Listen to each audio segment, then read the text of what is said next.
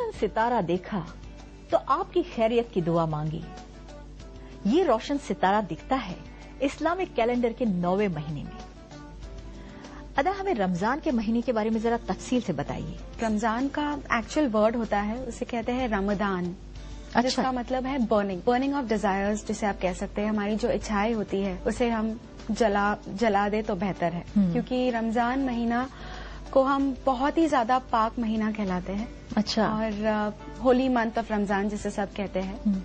और जैसे Hindus follow करते हैं सोलार कैलेंडर, वैसे ही मुस्लिम्स फॉलो करते हैं लूनार कैलेंडर, मून के हिसाब से। तो उस मंथ के हिसाब से, उस कैलेंडर के हिसाब से रमजान 9वां महीना होता है। अच्छा। और ये होली इसलिए है क्योंकि जो इसी मंथ में जो कुरान है हमारा, प्रॉफिट मोहम्मद को कुरान की पहली आयत जो रिवील हुई थी उनको, अच्छा। जो आयत का नाम है इकरा। और ये भी कहा जाता है कि जो फार ईस्टर्न कंट्रीज है और हमारे जो दूसरे प्रॉफिट्स हैं, जैसे कि आप मोजेस और जीसस के नाम से जानते हैं हमें। हाँ। हम उन्हें मूसा अलैहिस्सलाम एंड ईसा अलैहिस्सलाम कहते हैं। उनको भी ये जो रिलीजियस बुक्स है इसी मंथ में रिवील हुई थी। बुरी इच्छाएं हैं या ख्वाहिशें हैं, उसको दबाना है, जलाना है। तो रोजे का मतलब है सेल्फ कंट्रोल, अपनी ख्वाहिशों को काबू में रखना। बेसिकली रोजा का इम्पोर्टेंस ये होता है कि हम अपने आप पे कंट्रोल करना सीख जाए। हमारे सामने बेहतरीन लजीज खाना होगा, लेकिन हमें उसे खाना नहीं है। हाँ। हम पानी नहीं पी सकते। अच्छा। इतना सेल्फ कंट्रोल होता है। तो वो कहते हैं कि रोजे से ना सिर्फ अपने आप पर काबू होता है, बल्कि हमारी जो रूह है हम उस पर भी काबू कर सकते हैं। जैसे हर इंसान है चुपके से कुछ भी खा सकता है, राइट, लेकिन उसे अगर ऊपर वाले का खौफ है तो वो नहीं खाएगा। तो वो सिर्फ अपने आप के लिए, अपने सेल्फ कंट्रोल के लिए रखता है। तो रोजे से एक इंसान अंदरूनी तौर पर बहुत ही ज्यादा स्ट्रांग होता है। Self control is the key to good health and happiness. बड़ा तरसाता है ईद का चांद, 30 दिन बाद नजर आता है ईद का चांद। यही तो अदा है चांद की। स्वीट होम में भी आज हमारे साथ वो अदा हैं जिन पर सब फिदा हैं। टीवी 9 पर बने रहिए। साथ हैं टेलीविजन की अदाकारा अदा खान। रमजान के महीने में जन्नत के दरवाजे खुल जाते हैं। वैसे एक जन्नत तो हमेशा हमारे साथ होती है, वो जन्नत जो माँ के कदमों में होती है। इसके बारे में आपका क्या कहना है? जी बिल्कुल, रमजान में जन्नत के दरवाजे खुल जाते हैं और जहन्नम के दरवाजे बंद हो जाते हैं। वाह। जो शैतान है उसे चेन कर दिया जाता है। अच्छा। वो आके अपने अल्लाह के बंदों को भड़काए नहीं। हम हमेशा यही मानते हैं कि माँ के कदमों में जन्नत होती है। उनका दर्जा इतना ऊपर होता है। और क्योंकि वो अपने कोख में हमें 9 महीना रखती है और दिन रात की जो नींद है वो हमारे लिए छोड़ देती है, बच्चों के लिए छोड़ देती है, तो इसलिए उसका दर्जा सबसे ऊपर होता है।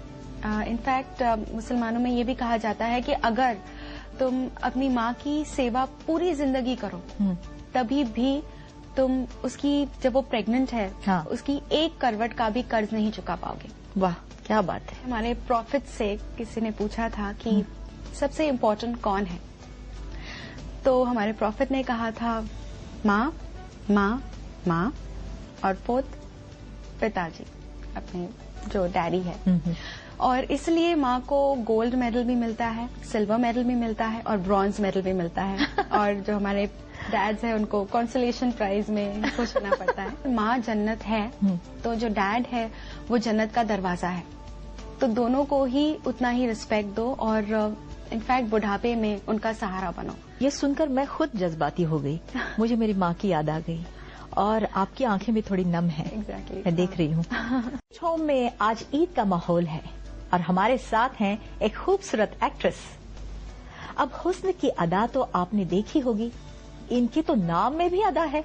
जी हाँ, उनका नाम है अदा खान। अदा ऐसा कहते हैं कि चैरिटी बिगिंस एट होम, और स्वीट होम में चैरिटी की बात तो लाजमी है। और मैंने ऐसा सुना है कि रमजान के महीने में काफी लोग डोनेशंस वगैरह करते हैं। जितनी आपकी सेविंग्स है, जो भी आप कमाते हो, उसकी सेविंग्स में से 2.5% अच्छा वो निकाल कर कोई नीडी को, जिसे जो जरूरतमंद है, गरीब है, उसे दिया जाता है। अच्छा। तो वो चैरिटी कंपलसरी होती है रमजान में।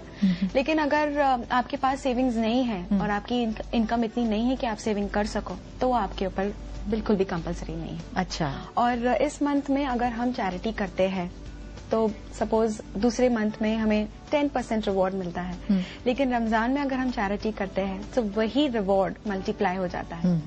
सो इतना उसकी अहमियत है, इतनी अहमियत है चैरिटी करने की। राइट। इसलिए कहा जाता है कि रमजान बरकत का महीना है, तो जितनी आप चैरिटी दो उतनी बरकत आपके इनकम में होगी। ईद के लिए आप कुछ स्पेशल ड्रेसेस भी खरीदती होंगी, और जो रेगुलर ड्रेसेस से अलग होंगे, मतलब ट्रेडिशनल होंगे। ईद के लिए सब नए नए ड्रेसेस लेते हैं और इसलिए सब ईद के लिए रुकते हैं। शॉपिंग के लिए सब पहले से ही रमजान में ही जाकर खरीद लेते हैं ईद के कपड़े। यूजुअली काफी भड़कीले या चमकीली कपड़े होते हैं, फेस्टिवल है इसलिए। और ब्लैक्स अवॉइड करते हैं। अच्छा। और जो मेरी चॉइस है वो ज्यादा भड़कीले नहीं, लेकिन एम्ब्रॉयडरी हो उसमें, जो थोड़े चमकीले हो। हिंदू हो, मुस्लिम हो, क्रिश्चियन हो, हर रिलीजन में फास्टिंग या उपवास रखने पर जोर दिया जाता है, और इसका एक वैज्ञानिक आधार भी है, क्योंकि फास्टिंग की वजह से आपकी बॉडी डिटॉक्सिफाई हो जाती है। अदा, आपका इस बारे में क्या ख्याल है? रोजा जब हम रखते हैं तो हमारे डाइजेशन, जो हमारा डाइजेस्टिव सिस्टम है, उसको आराम मिलता है। हमारे हार्ट पे लोड कम पड़ता है, और हमारी बॉडी में काफी टॉक्सिन्स जमा होते हैं, जो हम जब रोजा रखते हैं तो टॉक्सिन्स निकल जाते हैं। इसलिए जैसे आपने कहा कि बॉडी डिटॉक्सिफाई होती है। स्किन के लिए भी बहुत अच्छा है, स्किन ग्लो करती है, जाहिर है। और ऑल्सो जब जो हार्ट पेशेंट है उनके हार्ट पे वो पंप जो होता है कम लोड होता है। और डेफिनेटली जो लोग स्मोक करते हैं और जिन्हें स्मोकिंग छोड़नी है, तो रोजा जो सेल्फ कंट्रोल है उससे इजीली आप छोड़ सकते हो। अगर आप 1 महीना नहीं स्मोक करोगे तो आप ऑब्वियसली पूरे साल भी या कभी नहीं स्मोक करोगे, बिकॉज रोजे में स्मोक नहीं कर सकते हैं। तो जितना सेल्फ कंट्रोल हमारा डेवलप होता है रोजे से, इट्स अमेजिंग। लेकिन कुछ लोग रोजे का गलत यूज भी करते हैं। गलत नहीं, रॉन्ग इन्फॉर्मेशन है कि हम जितना ज्यादा खाओ उतना बेटर है। जो हम खाना मिस कर देते हैं वो सहरी या तो इफ्तारी में खा लो, लेकिन ये गलत है, क्योंकि ओवरलोड नहीं करना चाहिए सिस्टम को, क्योंकि जैसे मैंने कहा कि सिस्टम को ब्रेक मिलता है, रिलैक्सेशन होती है। और हमारे प्रॉफिट ने ऐसे कहा है कि जब हम खाएं तो हमारे जो स्टमक है उसमें 1/3 खाना होना चाहिए, 1/3 पानी होना चाहिए, और 1/3 एयर होना चाहिए। तो एक मुट्ठी जगह हमेशा हमारे स्टमक में रहनी चाहिए। तो ओवरलोड कभी नहीं करना चाहिए, नहीं तो उससे जो साइंटिफिकली जो प्रूव किया गया है, जो बेनिफिट्स है रोजे के, वो कभी नहीं मिलेंगे। सही है। अदा, आपने यहाँ आकर आज हमें बहुत सारी खुशियां दी। आपकी मीठी मीठी बातें सुनकर, और खास करके इतनी जानकारी आपने दी ईद के बारे में, रमजान के महीने के बारे में, रोजे के बारे में, बहुत अच्छा लगा। Thank you so much. आज आप ईद का चांद लग रही हैं। शुक्रिया। हर रोजदार अग्नि परीक्षा के बाद इंतजार करता है कि कब ईद आएगी और ईद का चांद दिखेगा। तो वैसे भी मैं भी रुकी हूँ कि ईद का चांद कब दिखेगा। मुझे तो दिख गया। शुक्रिया। और जैसे आपने कहा कि ईद आ रही है, तो ईद जब चांद दिखता है तभी मुकर्रर की जाती है। और अगले दिन और ईद की नमाज के बाद ही हर मुसलमान एक दूसरे को ईद मुबारक देता है। यही मजा है ईद का। तो आप भी सेलिब्रेट कीजिए आपके फ्रेंड्स के जरूर, और आपको मैं इन एडवांस ईद की मुबारकबाद देती हूँ। शुक्रिया। शुक्रिया। छोटी थैंक यू। पता है, मैं अदा के साथ गई थी शॉपिंग के लिए, उसने रेड कलर सेलेक्ट किया और मैंने ग्रीन। क्या बात है, अब तुम्हारा ग्रीन शरारा तो हमने देख लिया, अब देखते हैं अदा का लाल शरारा।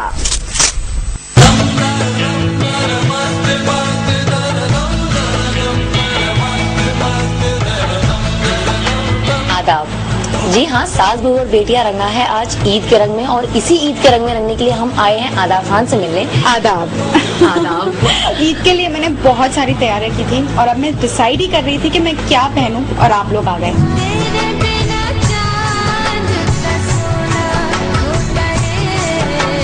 इतने सारे कपड़े हैं। साधना, अब तुम ही मेरी मदद करो कि मैं क्या पहनूं। रेड मुझे बहुत पसंद है, और ईद में कहते हैं कि ब्राइट कलर्स पहनो या तो ज्यादा अच्छा रहता है, खुशियों के कलर। ये सलवार कमीज है, बेसिकली। तो एक काम कीजिए, ये ज्यादा बेस्ट लग रहा है, आप एक काम कीजिए शरारा पहन लीजिए। तो चलिए मैं ईद के लिए रेडी हो जाती हूँ।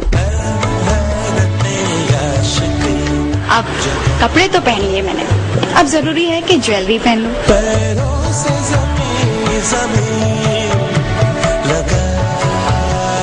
जैसे पुराने जमाने में यहाँ पहना जाता था साइड में, आपने शायद देखा होगा उमराव जाम में और मुगले आजम में।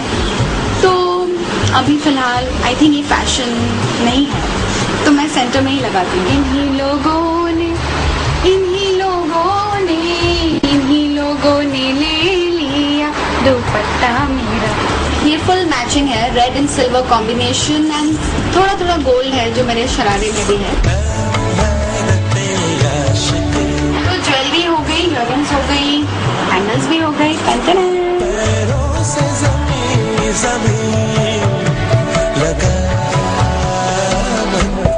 चलो तैयार तो मैं हो ही गई हूँ। अभी मैं साधना को ईद की मुबारकबाद जरूर देना चाहूंगी।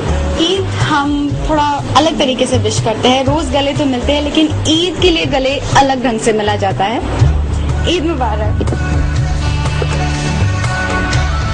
चलिए लाइए मेरी ईदी दीजिए।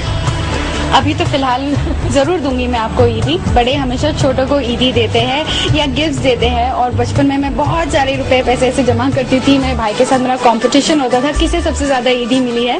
तो मैं तो जा रही हूँ आंटी के घर ईदी जमा करने, और साधना को मैं ईदी जरूर दूंगी। चलो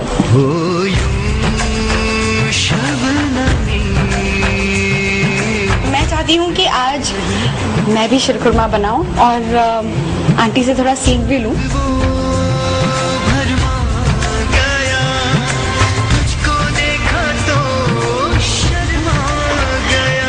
ये मैंने फर्स्ट टाइम बनाया है सिर्फ आज तक के लिए। एंड कैसी बनी है? नो डाउट अच्छी बनी है। Thank you so much. अब मैं खुश हूँ और मैं चाहूंगी कि मेरे दर्शक भी थोड़ा सा टेस्ट करें, क्योंकि ये मैंने बनाया है अपने हाथों से। शीरकुरमा तो मैंने बना दिया है, साधना ने भी टेस्ट कर दिया है और आप लोगों ने भी। तो जिसके लिए बनाया है आंटी के लिए, उसे भी जाके खिला दूं और साथ ही साथ आंटी से ईदी भी ले लेती हूँ। चलो, ईद का त्योहार है ये, खुशियों का त्योहार, ना तेरा है ना मेरा है, ये सबका है त्योहार। मैं चाहूंगी कि आज तक के और सास बहू और बेटियों को मैं अपनी तरफ से ईद मुबारक